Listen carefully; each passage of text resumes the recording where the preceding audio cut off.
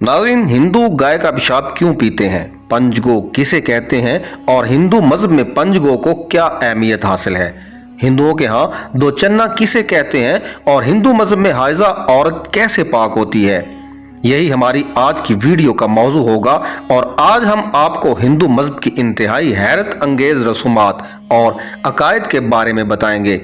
मगर वीडियो में आगे बढ़ने से पहले अगर आप हमारे चैनल पर नए हैं तो बराए मेहरबानी हमारा चैनल ज़रूर सब्सक्राइब करें, जहां आपको बिलखसूस इस्लामिक हिस्ट्री और दुनिया भर की मुनफरिद मालूमात पर मबनी वीडियोस मिलती रहेंगी। नाज़रीन, हिंदुओं का अकीदा है कि गाय के बदन में द्योता जमा होते हैं और इसकी पूजा का तरीका यह है कि इसके सोने के सींग बनवाकर इसके सींगों पर रखे जाते हैं, चांदी के कुंभ बनवाकर इसके पैरों पर रखते हैं और चांदी का पतरा बनवाकर इसकी पीठ पर रखते हैं। फिर इस पर झूले डालकर इसकी पूजा की जाती है और फिर ये ब्राह्मण को दान कर दी जाती है।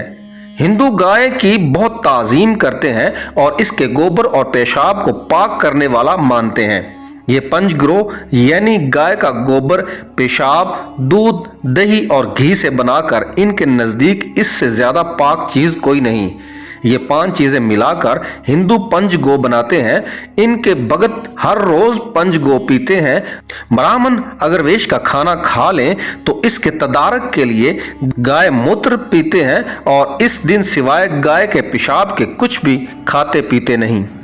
ब्राह्मण अगर चंडाल के तालाब का पानी पी ले या इसमें गुस्ल कर ले तो कफारे के लिए गाय का गोबर खाते हैं और इसका मूत्र पीते हैं।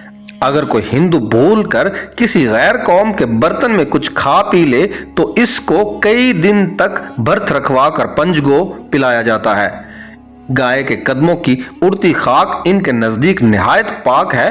नाज़रीन, हिंदू किसी मली के घर का खाना पीना दुरुस्त नहीं समझते, मगर जिस घर में गाय हो वहां खाना पीना जायज है। ये गाय की बहुत ताजीम करते हैं। नाज़रीन, भारत में अंग्रेजों के दौर में बहुत से हिंदुओं ने इन फजलात से इज्तनाब करना शुरू कर दिया था, मगर अब दोबारा ये वबा चल निकली है। जब बच्चे को घुट्टी में गाय का फजला चटाएंगे तो उसके पेशाब का शौकीन ही निकलेगा। आज शहरों में जहां गाय के पेशाब हासिल करने के लिए मुश्किलात पेश आती हैं, वहां अब हिंदुस्तान में गाय का पेशाब बोतलों में पैक करके नेस्ले की तरह आम दुकानों पर दस्तयाब है। हिंदू सिर्फ गाय का पेशाब इस्तेमाल नहीं करते बल्कि बाज़ हिंदू इंसानी पेशाब भी पीते हैं। एक साबिक वज़ीर आज़म डिसाई रोज़ाना इंसानी पेशाब पीते थे और वो फखरिया अंदाज में इसका जिक्र भी करते थे।